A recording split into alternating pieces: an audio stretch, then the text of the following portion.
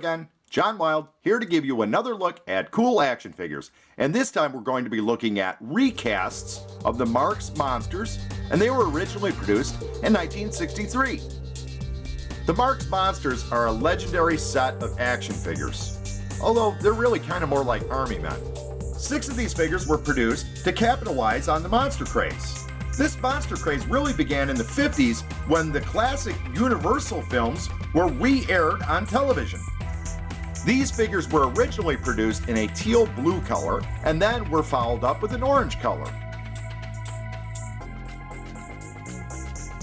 Since Marx's original release of these figures have been bootlegged numerous times.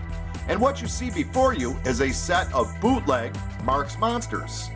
The 6 monsters that were included in this set are the Frankenstein monster, the Phantom of the Opera, the Mummy, the Creature from the Black Lagoon, the Wolfman, and lastly the Hunchback of Notre Dame. If you have an original Marx, you would take a look at the bottom of it and you would see in these 2 little holes here it would have said Marx Lewis Marx Company, copyright 1963, and it would have also said Universal City Studios. But as these are bootlegs, they're not brand stamped at all. These figures have been bootlegged for years, but there have been a few legitimate reissues. In 1991, Uncle Milton reproduced these figures on card backs and also in box sets that you could paint.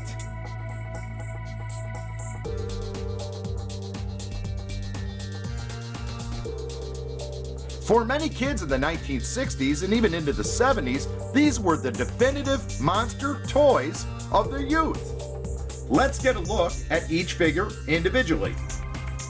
So let's start with the Hunchback of Notre Dame. This Hunchback of Notre Dame doesn't really look like the classic Universal Hunchback of Notre Dame played by Lon Chaney. I'd say that this Hunchback represents more the Anthony Quinn Hunchback from the 1956 film Hunchback of Notre Dame, the first color production of this movie. Interestingly, the 1958 version of the Hunchback of Notre Dame uses the novel's original ending, which is kind of a shocker. I'm not going to spoil it for you, so you should go check it out. Let's get a good overall look at this figure. We see at the bottom of the figure, it actually has the name Hunchback written on it.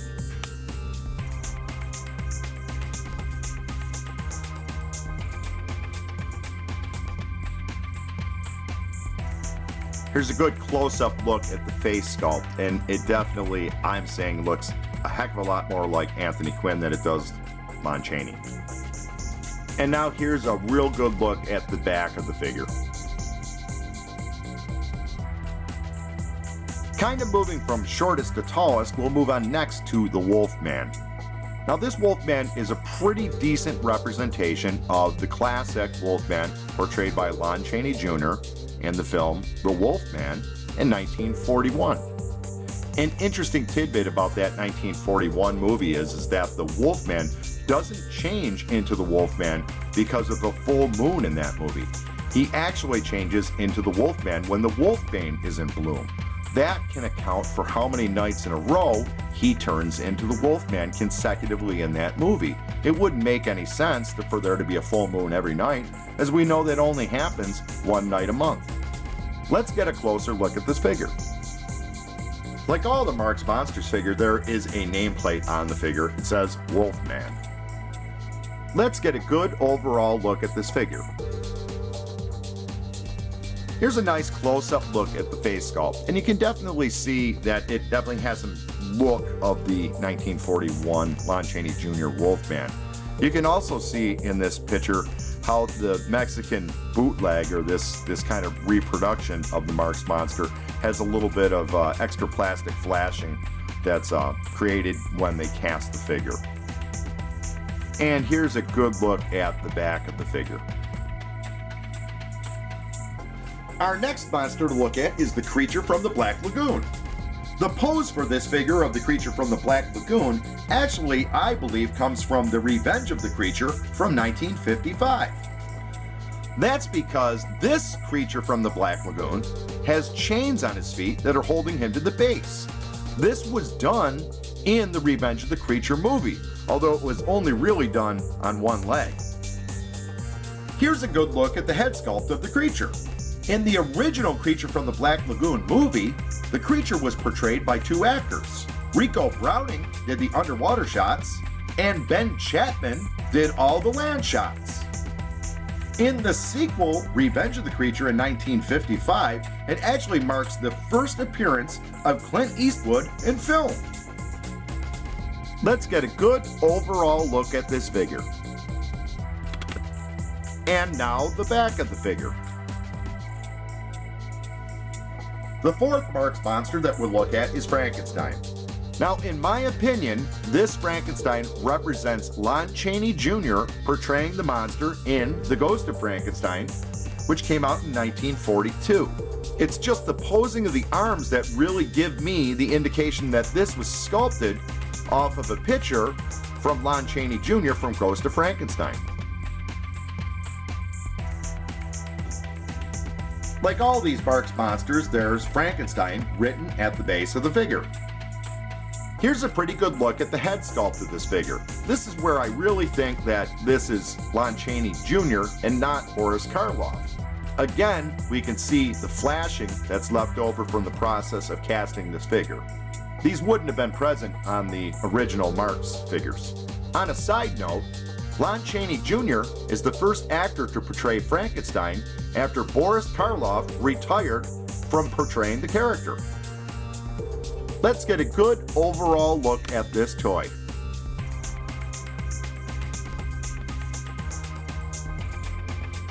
And now for a look at the back of the toy.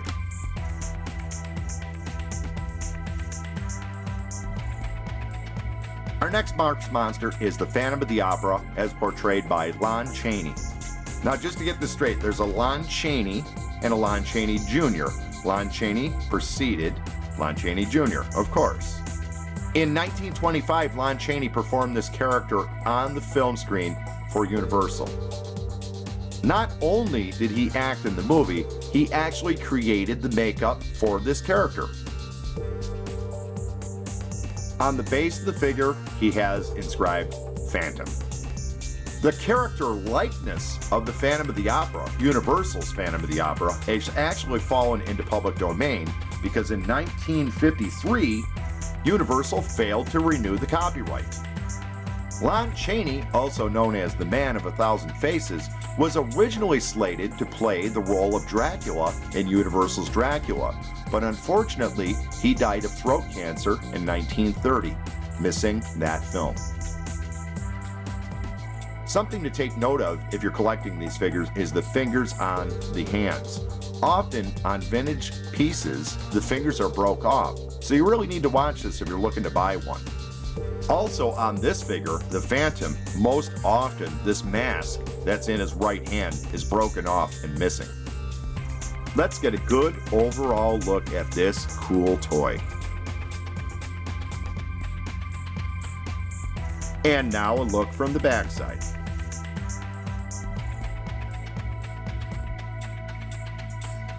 The last figure we're going to be looking at is the Mummy, Karras, as portrayed by Tom Tyler or Lon Chaney Jr. It's really difficult to choose which one of these actors is actually portrayed in this sculpt, because they really do look quite a bit alike in the movies.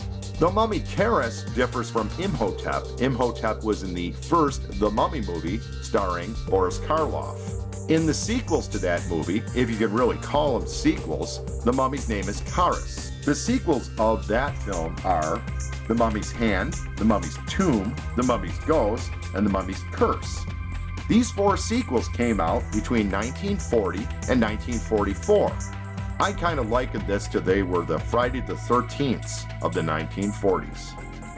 Here's a look at the base that the mummy stands on. Again, it says Mummy on it, so you know which character you're looking at. Not that that would be a really hard thing to figure out. Let's get a good look at this head sculpt. It really is an excellent sculpting of a mummy figure. Really iconic. In fact, I think it's my favorite of all of the Marx monsters. There's great detail in the bandaging and the kind of the dripping bandages kind of just dripping off of his arms. It really is an awesome look. let's get a good overall look at this cool mummy figure. And now the back of the figure.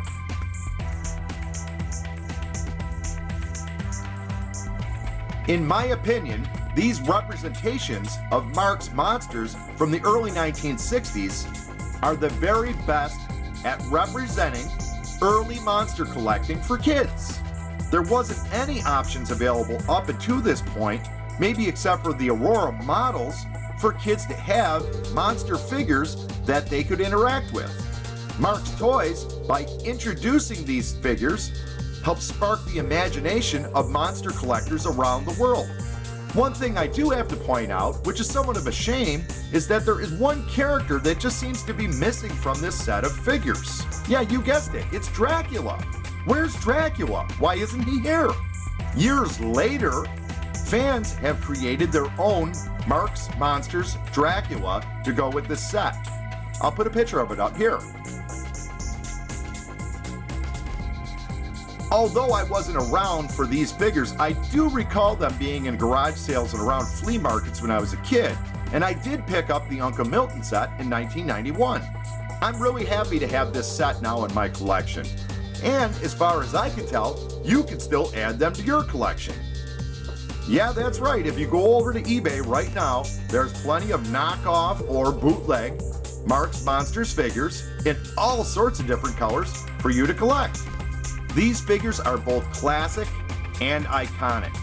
Monster fans of old and monster fans of new can really appreciate the effort that was put into sculpting these figures. They're very good representations of the characters in which they depict.